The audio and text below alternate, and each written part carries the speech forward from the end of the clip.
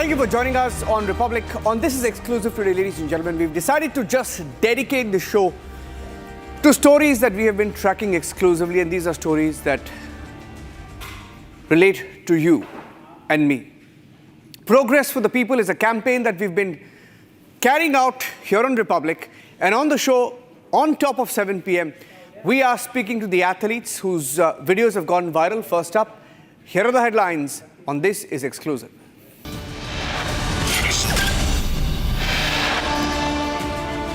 There's a big twist in the Noida techie drowning case in Uttar Pradesh. The eyewitnesses changes a version. Is he under pressure from the police and the administration in Uttar Pradesh?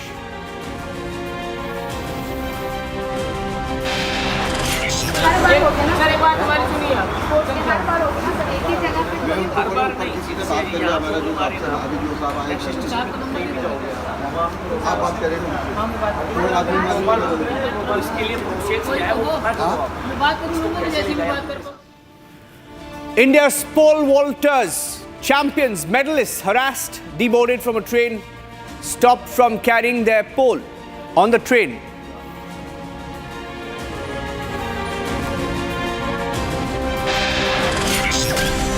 A major corruption scandal hits the Stalin government ahead of the elections. 1,000 crore kickbacks trail under scanner. Enforcement Directorate note accessed by Republic.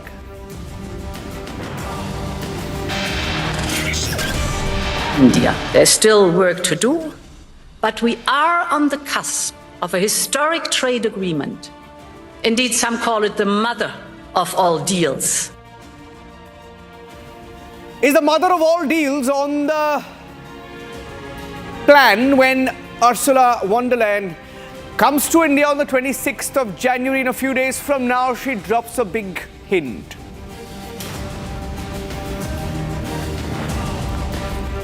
Visuals.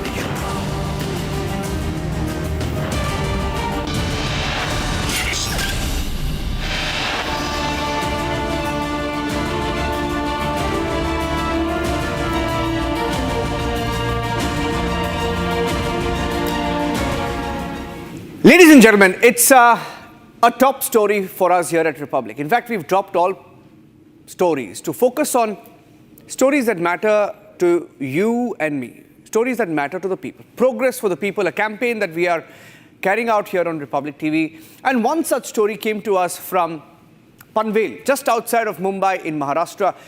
This is a video of India's pole vaulters and their team. Dev Meena, Kuldeep Yadav, who represent India, who've been record-breaking athletes. They break their own records each time in pole vault. And they represent India in different competitions across the world. And when they were traveling from Mangaluru to Bhopal, they had to make a stopover in Panvel. And here's what happened. They were stopped, and the railway official reportedly asked them to take their pole off the train, and they were asked to pay a fine. Now, these athletes have gone on record. They spoke to Republic TV. They say that they've traveled across the country in trains, and they have never had to face this kind of a treatment. But what really changed in the last few days? They're joining us live on This Is Exclusive. Dev Meena. Dev Meena is joining us live. Dev Meena was there. He's a medal-winning athlete for India. Dev Meena and Kuldeep Yadav दोनों हमारे साथ हैं. Dev Meena जी, मेरी आवाज़ आ रही है आपको? Kuldeep Yadav, आवाज़ आ रही है? जी सर, जी सर। अभी आपके स्टोरी हमने दिखाया और रेलवे से तुरंत एक मैसेज आ गया कि सर ऐसा नहीं है, ये फाइन जो बोल रहे हैं हमने ये फाइन नहीं था, ये जो एक्स्ट्रा बैगेज है, एक्स्ट्रा लो लगेज है, उसके लिए भरना था, इनका कहना ये है। उनको आप क्या जवाब देंगे देव Meena ji? Sir extra luggage sir, उसका वेट सर 20 केजी था सर, उन्होंने उसमें पुट किया था सर 80 केजी सर। सर ये तो गलत है सर। फिर उन्होंने फिर 80 केजी क्यों उसमें वेट पुट किया सर? उसका वेट तो सर 20 केजी आना था ना सर। वो 10 पोल थे सर, एक पोल का वेट 2 केजी होता है सर। 10 पोल थे सर, वो 20 केजी वेट आना था सर। इन्होंने एक्स्ट्रा मतलब, और स्पोर्ट्स इक्विपमेंट तो मेरे हिसाब से सर लेना नहीं चाहिए, फिर कोई सा रूल होना चाहिए ऐसा कि स्पोर्ट्स इक्विपमेंट का कहीं भी ले जा ला सके, क्योंकि सर बहुत महंगा सामान आता है सर ये, और ये चीज हर बार सर हम इसको अपने साथ ही ट्रेवल करते हैं सर लेकर। हाँ हाँ जी, नहीं मैंने देखा वो लंबा जो पोल है, they are both pole vaulters by the way ladies and gentleman, they represent India in global competitions. आप Kuldeep Yadav, how many medals, कितने मेडल्स आपने जीते हैं भारत के लिए, थोड़ा बताइए हमारे दर्शकों को, और देवमीना जी भी बताएंगे, बिकॉज लोगों को एक आइडिया जाना चाहिए उनको कि आपके साथ क्या हुआ, और हमारे एथलीट्स को जो ट्रीटमेंट मिलता है उसका सच लोगों को सुनना है। कुलदीप सर, अभी मतलब हमने 2022 में मैंने यूथ एशिया में ब्रॉन्ज मेडल जीता था, और हम लोग गोवा नेशनल गेम्स में देवमीना फर्स्ट था, मैं सेकेंड था, और उत्तराखंड में ये जो इस साल नेशनल गेम्स हुआ था पिछले साल, उसमें भी देवमीना फर्स्ट था, मैं थर्ड था। तो मैं ऑल इंडिया यूनिवर्सिटी गया था, उसमें मैंने मीट रिकॉर्ड किया, ऑल इंडिया यूनिवर्सिटी रिकॉर्ड। तो उस भी मतलब सर हम लोगों ने टोटल 20 मेडल आई थिंक जीते हैं, 2 इंटरनेशनल, एक कोरिया में इंटरनेशनल पोल वॉल्ट मीटिंग था, उसमें मैंने सिल्वर मेडल जीता था। और देव के नाम इंडिया नेशनल रिकॉर्ड है। तो हम लोग मतलब अगर एक अच्छे एथलीट हैं, फिर भी हमने बहुत रिक्वेस्ट किया सर कि हमारा मतलब ऐसे हम लोग कई सालों से सर ट्रेवलिंग करते हैं, ऐसा नहीं कि हमने कोई पहली बार रेलवे में किया। तो हम लोग ऐसे सेम कई ले जाते हैं, कई सालों से छोटी मोटी प्रॉब्लम होती थी, हम लोग मतलब उन्हें बताता था तो लोग मान जाते थे। लेकिन इस बार ऐसा हुआ कि बोले कि नहीं, आज इस बार कुछ भी हो जाए हम नहीं छोड़ेंगे आपको, आप कोई भी हो आपको फाइन देना पड़ेगा। तो ऐसे मतलब बहुत ज्यादा प्रॉब्लम हुआ, तो हम लोगों ने सर नहीं, हम लोग तो ज्यादातर बातें मतलब कैसे भी मैनेज कर लेते थे, लेकिन इस बार ज्यादा हुआ, इसलिए हम लोगों ने बोला कि हम लोग आगे इसको बताएगा, ताकि हमारे सभी को पता चले कि हमारे साथ क्या होता है। कोई इतना टेक्निकल इवेंट है, हमारा इतना महंगा सामान है, इसलिए भी हम इसको बहुत सेफ्टी से, वो पाइप में जो दिख रहा है उसके अंदर पोल्स हमारे यहाँ सर, वो पाइप सेफ्टी के लिए हम लोग रखता है। हाँ जी, नहीं आप नहीं देखिए, हम इसीलिए बात करें। देखिए 2 दिन पहले मैं आपको ये जो पॉलिटिक्स है उसमें मैं आपको खींचना नहीं चाह रहा हूँ, लेकिन 2 दिन पहले जो इंडिया ओपन का बैडमिंटन टूर्नामेंट चल रहा था, वहाँ पे भी बहुत सारे कंप्लेंट्स थे, और अभी जो स्पोर्ट्स अथॉरिटी ऑफ इंडिया है, वहाँ पे सिर्फ 2 दिन पहले 2 एथलीट्स का सुइसाइड हुआ है। और अभी ये जो स्पोर्ट्स का जो कंडीशन है इंडिया में, इसके बारे में बात करना पड़ेगा ना। ये सभी अभी न्यूज में है, ऐसा नहीं है कि हम स्टोरी बना रहे हैं। देवमीना जी, आपसे बात करना, both of them are champion athletes, ladies and gentleman, both of them are champion pole vaulters for India who break their own records. आपने अपने रिकॉर्ड को खुद ब्रेक की है ना देवमीना जी, आपके रिकॉर्ड के बारे में थोड़ा बताइए हमारे दर्शकों को। सर मैंने खुद का ही रिकॉर्ड 3 बार ब्रेक किया है सर, इन अ 1 ईयर। 2025 में मैंने खुद का रिकॉर्ड 3 बार ब्रेक किया है सर। अभी ऑफ सीजन पे हूँ सर मैं। उसके बाद सर अब बस ये कंपटीशन सर, हमारा ओपन सीजन कर रहे थे सर, हम कंपटीशन स्टार्ट कर रहे थे सर, मतलब इस साल का। और उन्होंने क्या बताया, बोला आपको कि आप किसी को भी फोन कीजिए, आप कौन है, हम उससे मतलब नहीं होता है हमें, ऐसा चीज बोला क्या ये रेलवे ऑफिशियल ने आपको? जी सर, बिल्कुल सर, उन्होंने ऐसे ही बोला था कि आप किसी को भी फोन करिए, आप कोई मतलब नहीं, मेरे को आप मतलब जो हमारे ऊपर से मेरे को ऑर्डर आया है कि आपका फाइन काटना है तो हमको काटना पड़ेगा। तो फिर सर वो पहले 8,000 रुपए ले रहे थे कि हमको ऊपर से ऑर्डर आया कि आपका इसका वो 8,000 का फाइन कटेगा। फिर एकदम से सर हमने उनको बोला कि सर थोड़ा कम ज्यादा कर लोगे, तो सर वो सीधे 2,000 पे आ गया सर उसके बाद में। अच्छा, फिर 2,000 का उन्होंने फाइन काटा, और उसमें सर 80 kg वेट पुट किया सर, तो उन्होंने वेट भी गलत पुट किया उसमें। हाँ, सर फिर फाइन काटा, लेकिन उसमें सर बहुत ज्यादा परेशान हो गए सर, सुबह से शाम हो गई हमको उस चीज में। अच्छा। और आप क्या बताना चाहते हैं, अगर सरकार से कोई देख रहा है इस ब्रॉडकास्ट को, और शायद देखेंगे ही। देवमीना जी पहले आप बताइए और उसके बाद कुलदीप। सर मैं तो यही चाहता हूँ सर, कुछ ऐसा रूल हो जाए ताकि हम अपने स्पोर्ट्स इक्विपमेंट हर जगह ले जाओ और ला सकें, क्योंकि फ्लाइट में भी सर यही दिक्कत होती है सर, यही चीज हमको फेस करना पड़ता है, और ट्रेन में भी यही चीज फेस करना पड़ता है, ताकि कुछ ऐसा लीगल डॉक्यूमेंट मिल जाए, या फिर कुछ ऐसा लीगल रूल लागू हो जाए कि हम उस चीज को बता सके कि हाँ ये स्पोर्ट्स इक्विपमेंट है, आप इसको जाने दीजिए, सरकार ने इसको कर दिया है प्रोवाइड, तो हम इसको ले जा सकते हैं ऐसा। नो ये सरकार आपका भरता नहीं है, ये आप जब ट्रैवल करते हो तो आपका खुद से पैसा भरना पड़ता है क्या? अगर आप भारत के लिए, अगर आप यू आर रिप्रेजेंटिंग इंडिया, आप खुद से पैसा देना पड़ता है कुलदीप? सर हमारा मतलब हम लोग ये चाहते हैं कि अगर ये हमारा सामान मतलब कोई सिक्योर, एक पोल सर 2 लाख का और एक खिलाड़ी 4 पोल यूज करता है, हम दोनों मिला के 7-8 पोल यूज करते हैं सर। तो अगर मतलब हम लोग को सर इस पोल के मतलब हमारे रेलवे में ऐसा कोई नियम, हम पैसे भी दे देंगे, कोई नहीं सर, बुकिंग कर देंगे, लेकिन वो पूरा 100% सिक्योर और टाइम से हमें मिल जाए सामान, तो हमें बुकिंग करने कोई दिक्कत नहीं सर। ये हमारा सामान सेफ्टी, मतलब अगर कोई टूटे तो उसका हमें पैसा भी मिलना चाहिए, तभी हम इतना अपना महंगा सामान 10-20 लाख का देंगे सर रेलवे को। हम कोई हमें पैसे देने की दिक्कत नहीं सर, अगर कोई नियम लाए रेलवे, हम उसको मतलब पैसा पे कर दें कि हमारा सामान सेफ और मुझे सही जगह पे सही टाइम पे दे दे, ताकि हम सही टाइम पे बुकिंग कर लेंगे, हमें ऐसा कोई दिक्कत नहीं सर, हम खुद बुकिंग करेंगे। कोई नियम तो होना चाहिए सर। हाँ जी, या तो हम खुद ले जाते हैं तो सर हम लोगों को कैसे भी, ऐसा नहीं है सर हम लोग ऐसे ट्रेन में सीधा पोल डालने लगते हैं। पहले 4 लोग रहते हैं, 2 लोग सभी लोगों को समझाते हैं कि भाई हम लोग का स्पोर्ट अचीवमेंट है, आप लोग थोड़ा भैया साइड हो जाइए, हम लोग इसको ट्रेन में रखेगा। फिर 2 लोग अंदर जाकर पहले बताता है, फिर उसके बाद हम लोग इधर से लोड करता है पोल को। तो हम लोग उसका पूरा ध्यान रखते हैं कि किसी को कोई दिक्कत न हो। आज तक कोई पैसेंजर किसी ने कंप्लेन भी नहीं किया है सर। नहीं ये बहुत बुरा हाल है। ये से स्पोर्ट्स अथॉरिटी ऑफ इंडिया कोई ऑफिशियल आपके साथ ट्रैवल नहीं करते हैं देव? सर हमारी स्टेट गवर्नमेंट की स्टेडियम है सर, हम वही हमको सारी चीजें प्रोवाइड करते हैं सर। हाँ सर, भोपाल में टिटनगर स्टेडियम है ना सर, वो चीज हमको, वो लोग हमको सारी चीजें प्रोवाइड होती है सर। यहाँ से हमको पोल भी प्रोवाइड होते हैं, ट्रेन की टिकट भी सर, मतलब सारी चीजें यहाँ पे मिलती है सर हमको। Okay. Ladies and gentlemen, the reason why we brought both these young athletes is because these are the 2 pole vaulters. If India has 2 leading pole vaulters, these are the 2 leading pole vaulters of India. एक gold medallist है और एक silver medallist है, correct? Bharat के आप gold medallist है, आप silver medallist है, आप दोनों में से आप कंपटीशन आपके बीच में रहती है। बिल्कुल सर, आपस में कॉम्पीट करते हैं। मतलब हम पहले दूर ट्रेनिंग करते हैं, लेकिन हम पास में ट्रेनिंग करने लगे हैं, ताकि एक दूसरे को कॉम्पीट करेंगे तो और परफॉर्मेंस बढ़ेगा, इंडिया के लेवल को और ऊपर ले जाएंगे, ओलंपिक्स तक ले जाएंगे। हाँ जी, तो मेरा कहना ये था कि अगर हमारे चैंपियंस, हमारे गोल्ड विनर, हमारे गोल्ड मेडलिस्ट, हमारे सिल्वर मेडलिस्ट को ऐसे ट्रीटमेंट दे रहे हैं तो there is a serious problem, and that is why we decided to get them so that they tell their story. Okay, and thank you Dev, thank you Kuldeep. मुझे पता है कि इसके बाद शायद आपको कोई कॉल करके शायद आपको बोलेंगे कि आपने मीडिया के पास क्यों गए, लेकिन आपका हक है।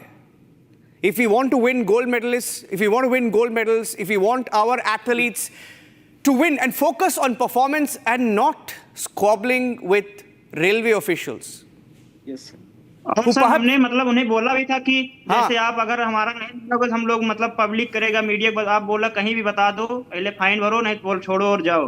मैंने उन्हें बोला था कि अगर आप नहीं करोगे तो मतलब हमें इतना परेशान करोगे तो हम लोग इस बार मीडियम जाऊंगा, आप बोलो कहीं भी जाओ, हमें कोई दिक्कत नहीं है, आप फाइन भरो फिर जा सकते। फिर इसीलिए हम लोग सोचा अगर अभी हम लोग टॉप एथलीट है इंडिया का, हम लोग बोलेगा तो आने वाले टाइम जूनियर को हेल्प होगा, क्योंकि अभी हम लोग तो एक सेंटर में है टॉप एथलीट, हम लोगों को कोई भी हेल्प करता है। जो हमारे जूनियर जिसका कोई जान पहचान नहीं, उनको तो बहुत ज्यादा दिक्कत होती है, कोई कुछ भी बोलेगा उन्हें देना पड़ेगा। हम लोग तो इसीलिए हम लोग सोचा कि हम लोग इस बात को उठाएगा आगे। नहीं, अच्छा हुआ आपने बातचीत किया, अपना बहुत अच्छा हुआ कि आपने मीडिया में बात की है और रिपब्लिक से बात की है। और मेरा इच्छा ये है कि अगले बार जब हम बात करें आप एक मेडल जीते, और we will speak next when you win a medal. Hopefully things will improve. Thank you Dev, thank you Kuldeep, बातचीत करने के लिए हमारे साथ। Thank you sir. Thank you very much. All the very best. Here's what the politicians are saying. This is the Madhya Pradesh sports minister speaking to the Republic. We confronted him on what was happening, if this is the state of affairs. Here's what he said. Sarang speaking to the Republic.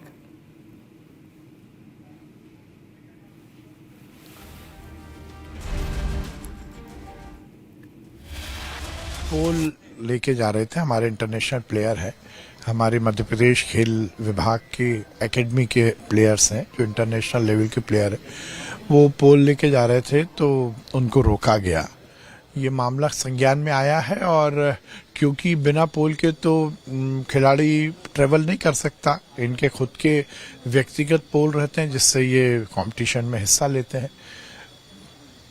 क्या स्थिति बनी, क्यों हुआ, इसके बारे में हमने यहाँ के रेलवे के अधिकारियों से बात भी की है, और मैं माननीय रेलवे मंत्री जी से भी बात कर रहा हूँ, उनको पत्र लिख रहा हूँ कि इस पूरे को लेकर कोई ना कोई एक व्यवस्था जरूर बनाई जाए, क्योंकि जब खिलाड़ी जाता है तो वो अपने इक्विपमेंट तो रेल में लेके जाएगा ही, उसके लिए वो ज़रूरी है।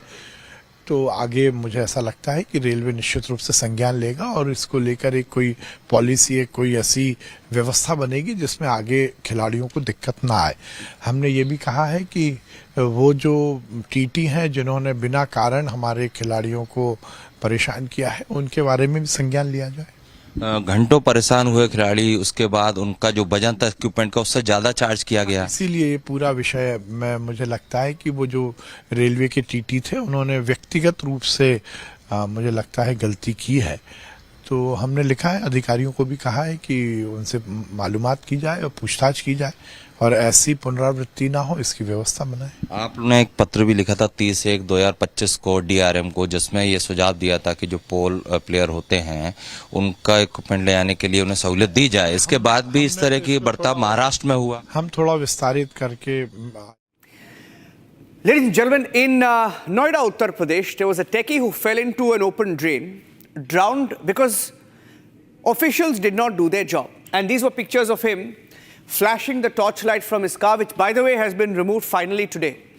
In the last 2 days, successfully, we've been able to prove how this was a man-made disaster. Negligence led to the death of this techie in Noida. Today, finally, after 2 days, this car has been removed. But the story is not the car. The story is about a systemic cover-up of the truth. The eyewitness, by the way, who spoke to Republic TV 2 days back and told Republic he was the first responder, he spoke about how nobody turned up, they were ill-equipped. And it appears that now he's under pressure. He's also told the media that he's under pressure. He was asked to change his version. And today he has changed his version, saying that the police and administration did a fantastic job. He's under pressure. Somehow politicians are trying to cover up, officials trying to cover up the negligence. Here's what he said Sunday and then today. मेरा नाम मोनिंदर, मैं Noida sector 150 के रहने वाला हूँ। हमारे यहाँ पे जी 16 तारीख को एक घटना हुई थी। अभी एक ज्यादा धुंध के कारण एक लड़का 27 साल वर्षीय रोड से सीधा तालाब में दागे गाड़ी लेकर, तो रोड में दागने के बाद जो किसी भी तरीके से पुलिस को पता चली, 15 मिनट के अंदर अंदर वहाँ पे पुलिस पहुंच गई। कुछ लोग मौजूद थे, उन्होंने पुलिस को कॉल की। 15 मिनट के अंदर पुलिस पहुंचने के बाद उसने, इतने ही मैं पहुंचता हूँ कुछ समय बाद, थोड़ी सी देर बाद ही, तो पुलिस अपनी कार्रवाई में लगी हुई थी। पुलिस उसे पूरा कोशिश कर रहे थे बचाने के लिए। फिर कुछ देर बाद ही एसडीआरएफ, एनडीआरएफ, फायर ब्रिगेड सब ही समय पर पहुंच चुके थे। लेकिन ज्यादा धुंध होने के कारण तालाब में ना तो लड़का दिख रहा था ना गाड़ी दिख रही थी। लेकिन लड़का उन्होंने पूरी मशक्कत के बाद लगभग कुछ समय बाद ही उसे बहुत जल्दी रेस्क्यू कर लिया था लड़के को। नोएडा सेक्टर 150 की घटना है ये, 16 तारीख की रात की है जी। Okay, Saurav is joining us live from that spot in Uttar Pradesh, Noida, Uttar Pradesh, where the techie drowned. Is there a pressure that is being now put by the police and administration? It appears that they're asking people to backtrack on their claims in the media. Yeah, absolutely, Niranjan. Yesterday, Moninder, who is the eyewitness who spoke to the Republic on the first day of the event, on the first day of the incident, he was detained by the police for 2 hours yesterday. And after the detention, he came back. He told the Republic that the police and the NDRF teams were successfully doing their jobs. They were relentlessly working to save the techie. But still, Republic knows, as we had a word with him earlier the detention, he told that the police and the NDRF were standing still and they were watching the person die. The 27-year-old techie died due to the complete negligence of the authorities. The police was standing, NDRF team did not have the pump which was used to pump up the boat, and the police officials claimed that the water is too cold and they are not perfect swimmers. So is that a kind of reason which could be given to a father who is crying and pleading for help to the authorities to save his son? This is the statement. This was the Moninder was under total pressure of the police. That is why he changed his statement. And we have shown the visuals of Moninder speaking to the Republic earlier detention and after the detention. Back to you. Ladies and gentlemen, we are going to be debating progress for the people once again, because people want progress. Now, this is a story that we picked up, a campaign that we picked up last night on the debate with our editor-in-chief Arnab Goswami. He's going to be debating it once again. And we'd like you to also be a part of that debate. Send us your responses. Tell us what you think. Whether it's the stadium in Delhi or the story of the athletes who were harassed on a train, or the eyewitnesses being coerced, or the pothole deaths that are taking place, we want you to speak up and join us on the debate. Once again, 9 p.m. tonight. Progress for the people is the big story. We have some more breaking news coming in. Let's go across straight to that. One more breaking news update coming in on this exclusive from Sabarimala, which is in Kerala. This breaking news update coming in of the key accused in the Sabarimala gold theft case. He's now been granted bail by a court. The bail has been granted due to delay in submitting charge sheet. Wow, the bail was granted due to the delay in the submission of the charge sheet. He remained in prison for 90 days. Unni Krishnan Potti, who is the main accused, granted bail because the charge sheet was not filed even after 90 days. So you talk about progress for the people. This is what people want. The legal judicial system and the executive and the judiciary. This is what we've debated earlier as well. There was a delay for 90 days. Delay in submitting the charge sheet. He's been in prison for 90 days and finally he's been let off on bail. On bail because charge sheet has not been submitted. We'll go across to Shankar. Unni Krishnan Potti was one of the key accused, was seen with key leaders of both the left and the Congress, reportedly linked to both Congress and the left. He was arrested, one of the first to be arrested in the Sabarimala gold theft case, and he's been granted bail due to delay in submission of charge sheet. He was the key accused, and in fact, in this case, even the Enforcement Directorate is conducting raids in different parts of the country, including in Karnataka, in Tamil Nadu, Kerala, where the raids are ongoing. As early as this morning, we had the raids ongoing in the case. And this man, the main accused, has been granted bail because the charge sheet was not submitted.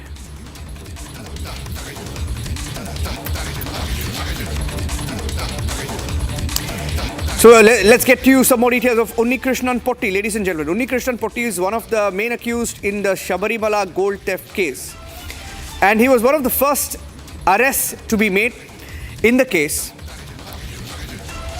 And he had claimed earlier that he was trapped. He was one of the jewelers as well. Let me go across to Shankar joining us live. Shankar, who was supposed to file the charge sheet? And who's to be blamed in this case when a technical issue is being used to grant bail? Actually, the official investigation team was supposed to submit the charge sheet before the court. However, we cannot blame police, the special investigation team, but there were a lot of procedures as part of the process going on, like the scientific examination of the gold-plated panels at the temple, and even today the special investigation team was busy collecting the samples from all the gold-plated panels and surrounding the main deity of the temple of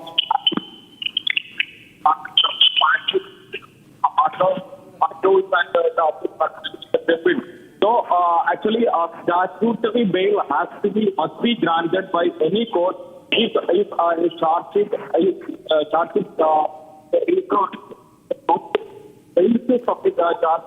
in 90 days. In this case, the charge sheet was not submitted, but that doesn't mean he can come out of jail. As the bail was granted. Okay, I have a bad audio line with you there. Sorry, Shankar, I have a bad audio line with you. I'll leave it at that. Sabarimala gold theft main accused has been granted bail on the technical ground that he's spent 90 days in prison and there's no charge sheet yet. Technical reason bail has been granted at a time when the investigation is at a crucial stage. You have raids ongoing as early as today, and he's been granted bail because charge sheet has not been filed. SIT started it. Different agencies now probing it. Let's see where the story goes. Progress for the people. Our campaign continues here on Republic TV. Join us at 9 p.m. on The Debate.